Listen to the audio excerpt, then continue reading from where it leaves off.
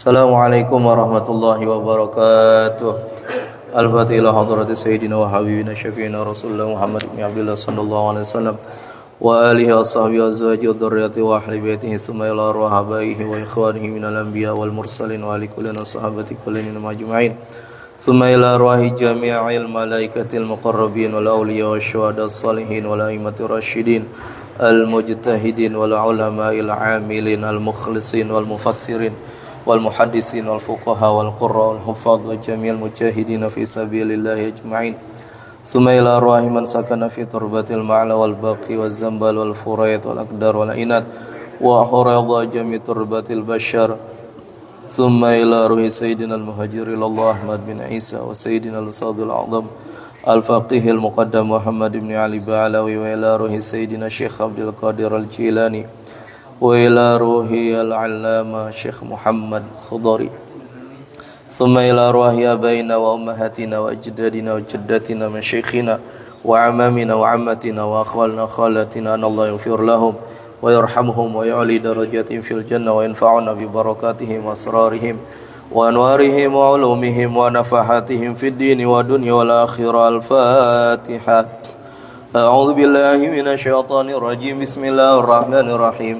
الحمد لله رب العالمين الرحمن الرحيم مالك يوم الدين إياك نعبد وإياك نستعين اهدنا الصراط المستقيم صراط الذين أنعمت عليهم غير المغضوب عليهم ولا الضالين آمين. بسم الله الرحمن الرحيم الحمد لله رب العالمين اللهم صل على سيدنا محمد مفتاح باب رحمة الله adada ma fi ilmillah salatan wa salaman daimaini bidawami mulkillah wa ala alihi wa sahbihi ajma'in. Subhanaka la ilma lana illa ma 'allamtana innaka antal alimul hakim wa la haula wa la quwata illa billahil aliyyil azim. Rabbi shrah li sadri wa yassir li amri wa hlul 'uqdatan min lisani yafqahu qawli. Nawaina ta'alluma wa ta'lima wa naf'a wal intifa'a wal ifadata wal istifadata والتذكر والتذكير والحث على التمسك بكتاب الله وسنة رسوله والدعاء إلى الهدى والدلالة إلى الخير ابتغاء وجه الله ورضا وقربه وثوابه. اللهم يا من مقاليد الأمور كلها بيده وإليه يرجع الأمر كله يا فتاه يا عليم افتح لنا فتحا قريبا يا فتاه يا عليم يا فتاه يا عليم يا فتاه يا عليم. اللهم أغننا بالعلم وزينا بالحلم وأكرمنا بالتقوى وجملنا بالعافية. اللهم ارزقنا فهم النبيين وحفظ المرسلين وإلهام الملائكة المقربين برحمتك يا أرحم الراحمين. ربي زدنا علما وارزقنا فهما وصلى الله على سيدنا محمد وآله وصحبه وسلم والحمد لله رب العالمين. Hadirin wal hadirat, bapak-bapak, ibu-ibu yang dirahmati Allah Subhanahu wa taala, yang sama-sama kita hormati, kita muliakan orang tua kita, guru kita Abu Yaki Haji Ghazal Musannif, mata'an Allah bituli hayatihi wa nafa'na bi ilmihi, dan segenap jamaah Masjid Nurul Yakin serta pengurusnya. Semoga kita senantiasa mendapatkan rahmat dari Allah Subhanahu wa taala. Pertama-tama marilah sama-sama kita panjatkan puji syukur kita kepada Allah atas segala limpahan nikmatnya, karunia-Nya yang masih diberikan kepada kita, daripada nikmat iman, nikmat Islam, nikmat sehat walafiat, nikmat panjang umur, taufiknya yang masih diberikan kepada kita, hingga pagi ke hari ini kita dalam keadaan sehat walafiat, dapat melangkahkan kaki, sholat subuh berjamaah dan dilanjutkan duduk bersama mengikuti kajian harian di tempat ini. Semoga ibadah kita semuanya diterima oleh Allah Subhanahu wa taala dengan penerimaan terbaik di sisinya, dan semoga ilmu yang akan kita kaji, kita pelajari memberikan manfaat dan keberkahan bagi kita di dunia dan di akhirat. Salawat dan salam semoga tetap tercurah limpahkan kepada baginda Nabi besar Muhammad sallallahu alaihi wasallam beserta keluarganya, sahabatnya dan seluruh pengikutnya. Semoga kita termasuk umat yang dicintai oleh beliau hingga mendapatkan syafaat dari beliau di yaumil qiyamah kelak. Amin ya rabbal alamin. Hadirin wal hadirat, bapak-bapak yang dirahmati Allah Subhanahu wa taala, melanjutkan kajian kita, terakhir pembahasan kita sampai di perang Fujar dan Halful Fudul atau Hilful Fudul. Perang Fujar atau perang Fujar ini terjadi pada usia Rasulullah 20 tahun. Perang Fujar terjadi pada bulan haram. Tepatnya ya perkiraan itu di bulan Rajab. Perang Fujar dinamakan Fujar, artinya Fujar ini kedurhakaan. Kenapa? Karena perang tersebut terjadi di bulan haram, yang mana orang-orang dulu Arab khususnya di sana itu kalau udah datang bulan haram itu semuanya dihentikan. Gencatan senjata, udah nggak ada peperangan kalau udah masuk bulan haram, yaitu Rajab, Dzulqa'dah, Muharram, Dzulqa'dah dan Dzulhijjah, 4 bulan ini. Nah, tapi terjadi perang Fujar di bulan haram, perkiraan di bulan Rajab. Hingga akhirnya terjadi gencatan senjata selama kurang lebih setahun. Tahun depan dilanjutin lagi. Kemudian berhenti lagi, dilanjutin lagi sampai kurang lebih terjadi selama 4 tahun perang Fujar ini, dan akhirnya terjadi islah antara mereka, perdamaian. Perdamaian yaitu orang-orang kafir Quraisy membayar diat, membayar denda kepada orang-orang Qais kemarin. Kenapa? Karena yang salah memang dari kafir Quraisy, membunuh daripada Bani Qais, hingga terjadi perang Fujar. Nah, 4 bulan setelah terjadinya suluh antara mereka, terjadilah Hilful Fudul, yaitu kesepakatan perjanjian antara para pemuda orang-orang kafir Quraisy untuk menegakkan keadilan. Nah, di situ termasuk Rasulullah ada, dan usia beliau juga pada saat itu masih 20 tahun, yang dipelopori oleh paman-pamannya Nabi yang mengadakan Hilful Fudul. Ya, mari udah kita jelaskan apa itu Hilful Fudul, yaitu kezaliman yang terjadi, yaitu salah satu orang penduduk dari Mekah berdagang di pasar Ukaz, membawa barang dagangan yang banyak, kemudian tiba-tiba ada orang kafir Quraisy datang, As, yaitu ayahnya Amr bin As, ya namanya As bin Wa'il. Dia beli barang dagangannya, setelah dibeli ternyata nggak dibayar. Tolong barang kamu taruh di gudang saya borong. Setelah taruh di gudang ya semuanya nggak dibayar. Nah, akhirnya dia di situ minta pertolongan, curhat lewat syair-syair yang ia bacakan di atas gunung Kubais, hingga akhirnya didengar oleh anaknya Abdul Muthalib, dan terjadilah Hilful Fudul. Mereka rapat, ini nggak bisa dibiarkan kezaliman yang berada di kota Mekah. Baik yang dizalimi penduduk Mekah atau penduduk luar Mekah ini harus dibela. Nah, akhirnya terjadi Hilful Fudul. Dan kata Rasulullah, kalau seandainya Hilful Fudul ini terjadi setelah Islam dan aku dipanggil untuk bergabung, pasti aku akan ikut. Artinya Rasulullah mendukung Hilful Fudul ini. Jadi sebelum Islam datang sudah ada orang-orang yang menegakkan keadilan yang dipilih oleh Allah Subhanahu wa taala. Nah, selanjutnya kita akan memasuki pada usia Rasulullah 25 tahun. Rihlatuhu sallallahu alaihi wasallam ila Syam al-marrata tsaniyah. Perjalanan Rasulullah sallallahu alaihi wasallam untuk berdagang menuju negeri Syam, yaitu yang kedua kali untuk berdagang. Kalau Syam itu sekarang itu mencakup Palestina, Syria, Lebanon dan Yordania. Ini masuk Syam dulunya. Walamma balagat sinnuhu sallallahu alaihi wasallam 25 sanatan safara ila Syam al-marrata tsaniyah. Tatkala usia Rasulullah sallallahu alaihi wasallam 25 tahun, kemarin kan 20 tahun ya, terjadi perang Fujar dan Hilful Fudul, sekarang 25 tahun. Beliau pergi kembali ke negeri Syam yang kedua kalinya untuk berdagang. Jadi di usia 12 tahun dulu pernah diajak oleh pamannya berdagang. Nah, di usia kemudian setelah itu beliau bekerja. Apa pekerjaannya? Yaitu mengembala kambing. Jadi beliau ini dari masih kecil enggak bergantung dengan pamannya untuk kebutuhan sehari-harinya. Beliau bekerja mulai dari berdagang, ikut berdagang membantu pamannya. Setelah itu kalau lagi nggak diajak, beliau ngapain? Menggembala kambing-kambingnya penduduk Mekah dengan bayaran yang sudah ditentukan. Nah, dari bayaran itu Rasulullah membantu pamannya yaitu Abu Thalib untuk menafkahi anak-anaknya dan keluarganya. Nah, menginjak usia beliau 25 tahun, beliau berdagang kembali menuju negeri Syam. Akan tetapi di sini bukan diajak oleh pamannya. Wa dzalika anna Khadijah binta Khuwailid al-Asadiyah kanat sayyidata tajiratan dzata syarafin wa malin. Nah, di usia 25 tahun ini pergi kembali ke negeri Syam untuk berdagang membawa dagangannya Siti Khadijah.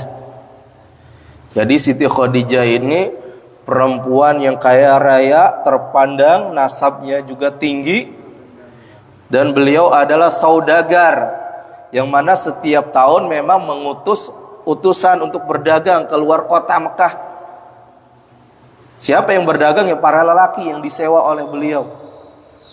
Beliau mengajukan perjanjian yang disebut dengan mudharabah, kerjasama bagi hasil. Nanti hasil keuntungannya dibagi dua, mudharabah.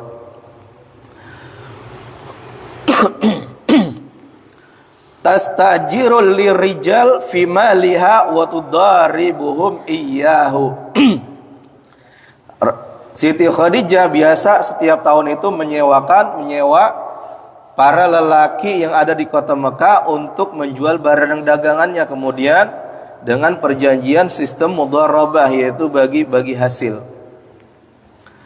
Falamma sami'at anis sayyid minal amanah wa saddaqal hadis ma lam ta'rifuhu fi ghairihi hatta samau qaumahu al-amin istajarathu liyakhruja fi maliha ila Syam tajiran.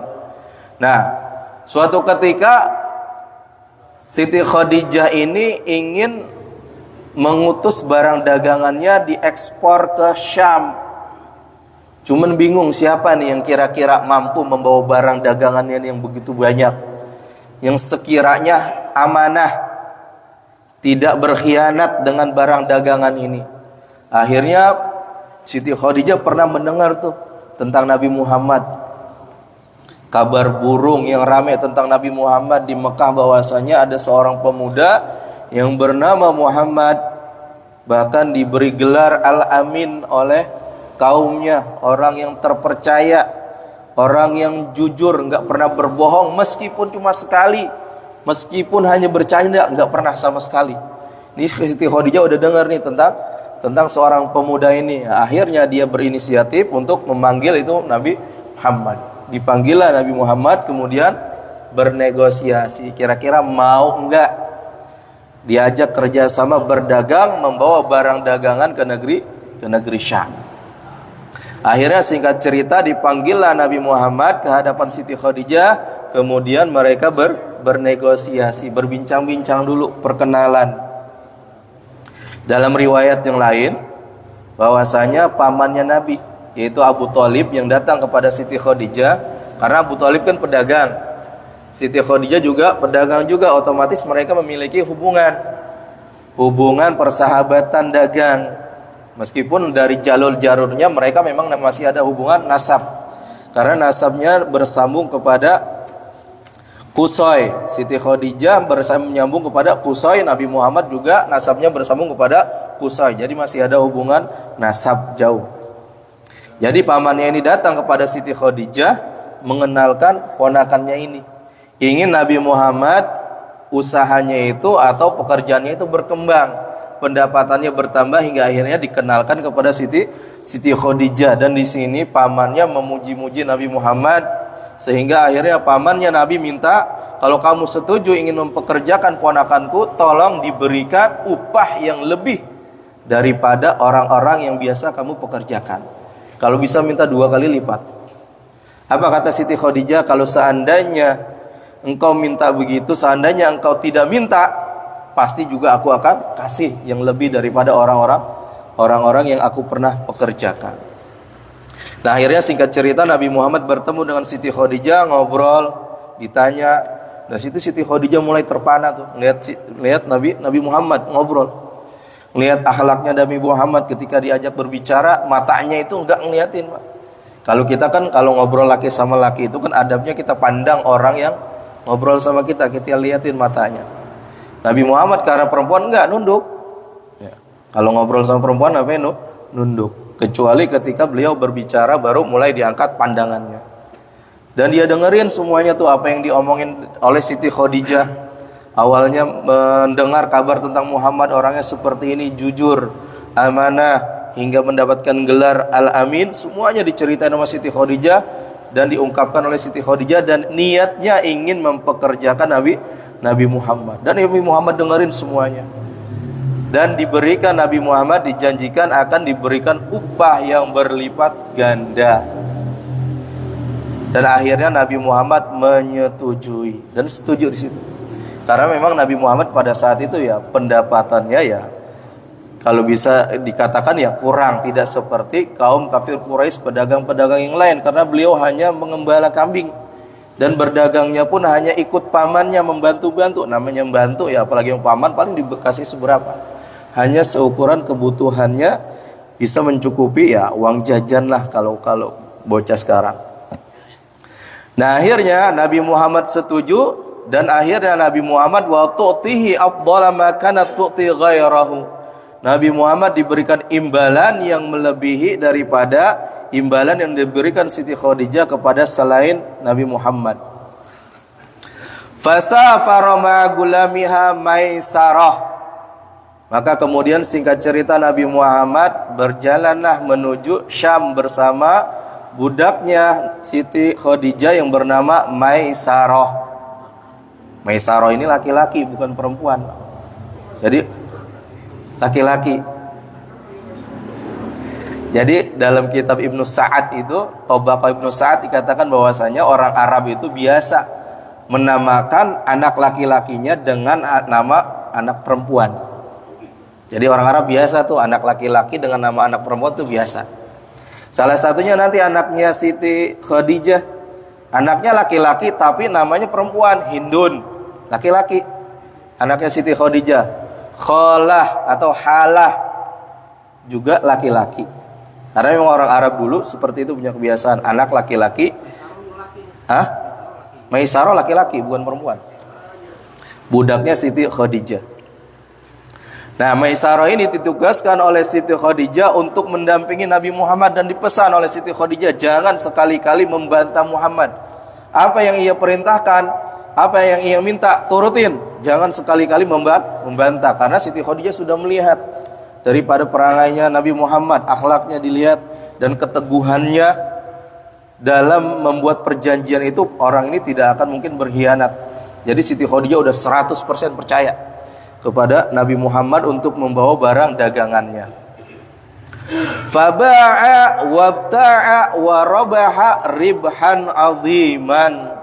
Sehingga dalam perdagangannya itu mendapatkan keuntungan yang luar biasa, berkali lipat dibanding sebelum-belumnya. Mungkin biasanya dapat untungnya dari barang itu cuma berapa, ini berkali lipat. Wa zahara li Sayyidil Karim fi hadhihi safarah minal barakat ma habbabahu fi qalbi Maisarah gulama Khadijah. Nah, tatkala Maisarah itu bersama Nabi Muhammad selama perjalanan menuju Syam, kemudian sampai di sana melihat tuh ada keajaiban-keajaiban yang tampak di penglihatannya Maisarah ini. Salah satunya dalam riwayat, setiap Nabi Muhammad berjalan itu di teriknya padang pasir yang panas selalu dinaungi oleh awan. Nah, ini yang disaksikan oleh si Maisarah ini. Nah, hingga akhirnya diceritain tuh semua tatkala dia kembali dari negeri Syam. Falamma qadima Makkah wa ra'at Khadijah ribhahal azim sarrat minal amin. Maka tatkala mereka sudah kembali, ini singkat cerita, mereka sudah kembali dari negeri Syam, kemudian melihat Nabi Muhammad menunggang unta merah kecil, itu Siti Khadijah dari jauh udah ngeliat, Pak. Dari rumah perempuan biasa dulu orang-orang Arab kalau ngelihat para lelaki kembali dari perdagangan itu disambut. Mereka ngelihat dari sutuh atap rumah mereka, liatin tuh, disambut, diteriakin. Dan Siti Khadijah ngeliatin tuh Nabi Muhammad berada di atas unta, gagahnya katanya. Gagah benar Nabi Muhammad di atas unta, padahal untanya kecil, nggak gede, tapi terlihat gagah di atas unta. Nah, di situ Siti Khadijah mulai jatuh hati. Lihat, mulai senang. Ini perasaan apa katanya? Padahal Siti Khadijah itu sebelumnya sudah menikah 2 kali, janda, dan memiliki 4 anak. 3 anak dari suami pertama, 1 anak dari suami kedua. Setelah itu selalu dilamar oleh lelaki-lelaki kaya, tapi nggak mau, Pak, ditolak. Lelaki ini ngelamar nggak mau, pengusaha ini ngelamar juga nggak mau. Tapi dengan Nabi Muhammad hanya orang yatim, orang susah, tapi karena lihat akhlaknya, budi pekertinya, dia jatuh hati di situ. Sangat gembira, terlebih tatkala Nabi Muhammad membawa keuntungan yang sangat banyak. Wa arsalat ilaihi takhtubuhu li nafsiha. Dan akhirnya Siti Khadijah tatkala sudah mendapatkan untung, dilihat keuntungannya begitu banyak, ini kayaknya nggak pernah selama saya berdagang, harta saya, barang dagangan saya dijuali oleh orang itu nggak pernah mendapatkan keuntungan yang seperti ini. Nah, bagaimana kita, bapak pengusaha, kemudian tiba-tiba dapat untung yang luar biasa, yang berkali lipat daripada sebelum-sebelumnya, tahun-tahun sebelumnya, bagaimana? Senang nggak? Senang. Nah, ini Siti Khadijah pun sangat gembira dengan keuntungan yang didapatkan oleh Nabi Muhammad. Tapi nggak cuma hanya sebatas keuntungan, tapi dilihat akhlaknya Nabi Muhammad, perangainya ketika berbicara tadi itu, dalam hati Siti Khadijah nggak pernah ngelihat lelaki seperti ini. Istilahnya kesempurnaannya itu zahir batin. Fisiknya luar biasa gantengnya, mancungnya nggak terlalu mancung. Kalau diceritakan itu mancungnya nggak terlalu mancung seperti orang-orang Arab sekarang, pas tampannya, rambutnya, matanya, wajahnya itu pokoknya luar biasa. Kalau diceritakan fisiknya Nabi Muhammad sama orang Arab sekarang pun jauh, Pak, apalagi dengan orang kita bahasanya, ya.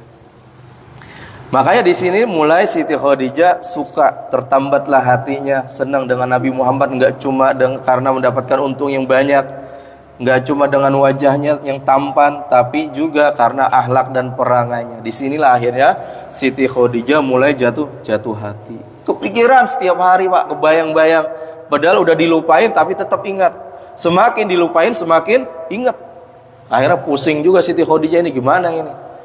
Pengen mengungkapkan perasaan, malu, masa perempuan duluan. Padahal udah beberapa orang yang datang untuk melamar, tapi ditolak semua.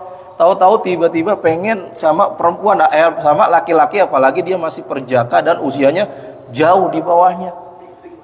Dalam riwayat 25 tahun usianya Nabi Muhammad pada saat itu, riwayat yang masyhur. Siti Khadijah 40 tahun, seusia ibunya Nabi Muhammad, Siti Aminah. Bahkan Siti Khadijah sampai berpikir kalau seandainya ibunya Nabi Muhammad ini masih ada, gak mungkin pasti nerima saya. Ya seusia dengan ibunya, mertua sama menantu sama, ya. Sampai terpikiran seperti itu Siti Khadijah, saking malu gitu, ingin mengungkapkan perasaannya. Nah, tapi karena terus menerus perasaannya dipendam, akhirnya nggak bisa juga, Pak. Perasaannya perempuan ini, si Siti Khadijah ini, akhirnya dia minta bantuan dengan temennya, calo, istilahnya comblang, Pak. Calo mah dagang ya, comblang, namanya Nafisah. Dia punya teman namanya Nafisah, memang pengalaman dalam urusan beginian. Ya, comblang. Akhirnya dia minta tolong kepada Nafisah untuk tanya kepada Muhammad ini, mau enggak dengan saya? Jatuh hati langsung, janda kaya dengan Nabi Muhammad. Datanglah Nafisah ini kepada Nabi Muhammad bertanya, wahai Muhammad, dia kenal juga masih ada hubungan keluarga kerabat jauh. Usia kamu sekarang udah 25 tahun, sudah cukup sudah harus ada pendamping hidup dalam diri kamu ini. Harus ada perempuan yang mendampingi kamu. Jangan terus-menerus sendiri. Bahasa kita, ayo. Kalau mau menikah, ayo. Mau nggak menikah? Kata Nabi Muhammad, saya itu hanya anak yatim miskin, nggak punya harta, saya nggak punya duit buat memberikan kepada perempuan yang bisa saya berikan kepada perempuan yang jadi istri saya, nggak bisa. Pokoknya Nabi Muhammad nggak mau, istilahnya bukan nggak mau menikah, tapi merasa rendah hati karena merasa nggak memiliki apa-apa. Mana ada orang Arab, orang tuanya yang mau menikahkan anaknya dengan lelaki miskin seperti saya. Akhirnya kata Nafisa ini, ya udah kalau gitu, kalau seandainya kamu mau nih, saya kenalin ada perempuan cantik, kaya, pengusaha. Kalau kamu mau, ayo saya kenalin. Siapa dia? Siti Khadijah. Kaget Pak Nabi Muhammad pas disebut Siti Khadijah. Bagaimana mungkin dia mau sama saya? Orang saya seperti ini dan saya juga pekerjanya dia, mana mungkin mau? Kata Nafisa, udah kalau kamu mau, udah itu urusan saya. Saya yang ngatur katanya. Ini comblang ini luar biasa ya, karena emang dia udah bukan comblang sekedar comblang, emang udah dari Siti Khadijah. Jadi urusan mahar segala macam udah urusan saya ngurusin. Dalam riwayat saya yang nanggung katanya. Emang duitnya Siti Khadijah.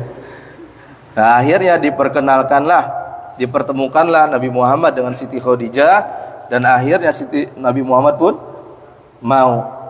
Kemudian pulang menemui paman-pamannya bahwasanya dia udah ada hasrat ingin menikah dengan Siti Khadijah.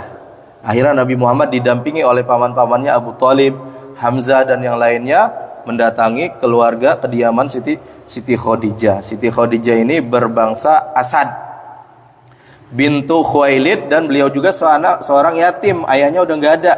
Otomatis yang menjadi tanggungan, menjadi walinya adalah paman-pamannya. Anaknya kan laki, tapi kalau masih ada paman, ya pamannya yang akan menikahkan di situ. Saat itu usia Rasulullah 40 tahun ya? Rasulullah 25. Menurut pendapat yang masyhur usia Rasulullah 25, Siti Khadijah 40. Ada pendapat yang lain, riwayat yang lain, pada saat itu Rasulullah 25, Siti Khadijah 28. Ini riwayatnya Ibnu Hisham. Riwayat yang lain usia Nabi Muhammad 30, Siti Khadijah 35. Jadi ada banyak riwayat, tapi riwayat yang masyhur ya, yang sering kita dengar, usia Nabi Muhammad 25 dan Siti Khadijah 40. Nah, disitulah Nabi Muhammad akhirnya menikah, dan bisa dipastikan menurut kesepakatan ulama bahwasanya pernikahan Nabi Muhammad pada saat itu dilaksanakan secara hukum Islam. Karena di situ ada khutbahnya.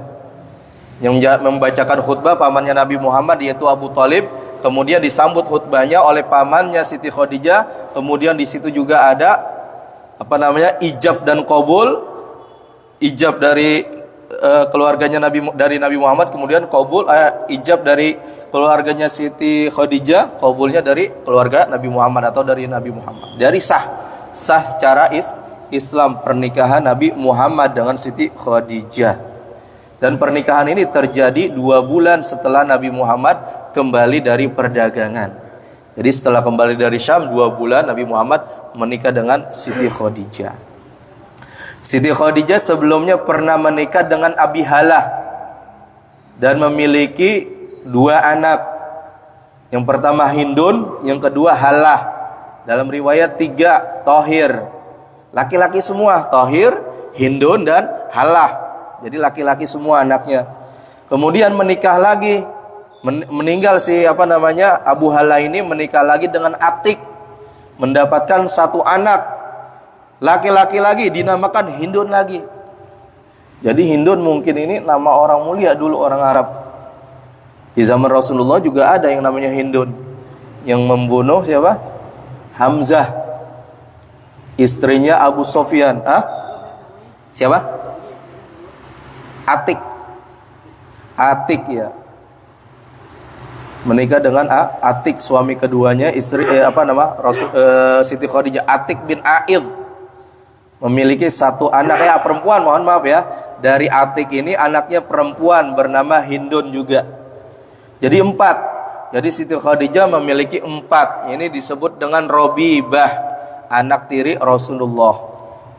Jadi anak tiri ketika seorang laki-laki menikah dengan seorang janda yang membawa anak, maka anaknya ini akan menjadi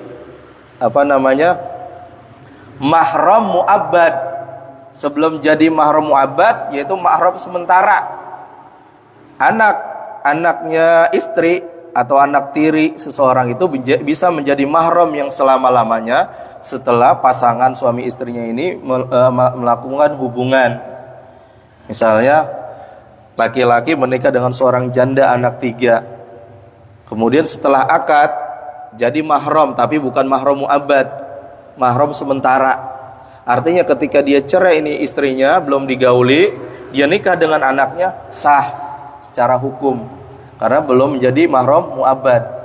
Beda lagi kalau seandainya dia nikah kemudian dia melakukan hubungan, udah melakukan malam pertama istilahnya, maka anaknya menjadi mahram mu'abbad. Kalau dia cerai dengan istrinya, dia pengen nikah lagi sama anaknya, tidak boleh. Ini hukum mahram.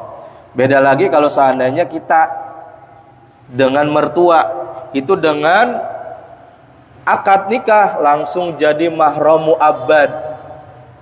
Bedanya, kita nikah dengan perempuan, setelah nikah misalnya ada orang laki-laki nikah dengan perempuan, setelah menikah tahu-tahu ngeliat ibunya janda lebih cantik dari anaknya, dicerain anaknya, pengen nikah sama ibunya, nggak bisa. Udah jadi mahram mu'abbad dengan akad nikah tersebut. Ya, paham bedanya Pak ya antara mahram anak dengan mahram mahram robibah dengan mahram mertua. Kalau mertua kita dengan mertua kita dengan akad nikah langsung jadi mahram mu'abbad selamanya. Kalau dengan anak tiri tidak menjadi mahram mu'abbad kecuali dengan menduhul orang tuanya, ibunya. Nah, itu perjalanan Rasulullah. Yang kedua, berdagang ke negeri Syam dan pernikahan beliau dengan Siti Khadijah. Banyak sekali hikmah yang terkandung dalam pernikahan ini, yang mungkin hikmahnya bagi Rasulullah tersendiri. Kalau seandainya Rasulullah menikah dengan perempuan perawan yang masih muda, bukan orang kaya, kira-kira Rasulullah berat Pak menghadapi dakwahnya itu, awal dakwahnya. Ya, namanya perempuan kan selalu ingin cukupi kebutuhannya, terlebih kebutuhan ekonominya. Sedangkan suami nggak punya apa-apa. Nabi Muhammad fokus dengan dakwah, gimana? Berat. Makanya Allah sudah siapkan istri khusus untuk Rasulullah, yaitu Siti Khadijah, janda, kaya, pengalamannya luar biasa dalam urusan dagang, dalam urusan rumah tangga sudah pengalaman. Jadi Rasulullah itu fokus dakwah, nggak terganggu dengan urusan rumah tangga, nggak terganggu dengan urusan cari nafkah, nggak terganggu. Jadi Rasulullah bisa fokus dakwah. Mungkin itu salah satu hikmah yang luar biasa untuk dakwanya Rasulullah. Jadi Rasulullah tidak terbebani dengan pernikahan tersebut. Kalau perawan atau mungkin menikah dengan orang yang biasa-biasa saja, bukan orang kaya, berat dakwah Rasulullah karena harus mencukupi nafkah istri dan anak-anaknya. Wallahu taala a'lam bishawab. Sampai sini saja kajian kita, semoga bermanfaat. Apabila ada yang tanyakan Bapak Saudara, saya persilakan.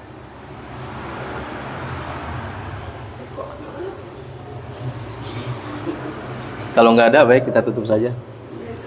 Bismillahirrahmanirrahim. Rabbana anfa'na bima 'allamtana, rabbi 'allimna alladhi yanfa'una, rabbi faqihna wa faqih ahlana wa qarabatin lana fi dinina ma ahlil qutri unsa wa dzakar, rabbi wafiqna wa wafiqhum lima tartadi qawlan wa fi'lan karama warzuqil kulla halalan daima wa akhilat ki ulama nahdha bil khairi wa nukfa kulla syarr.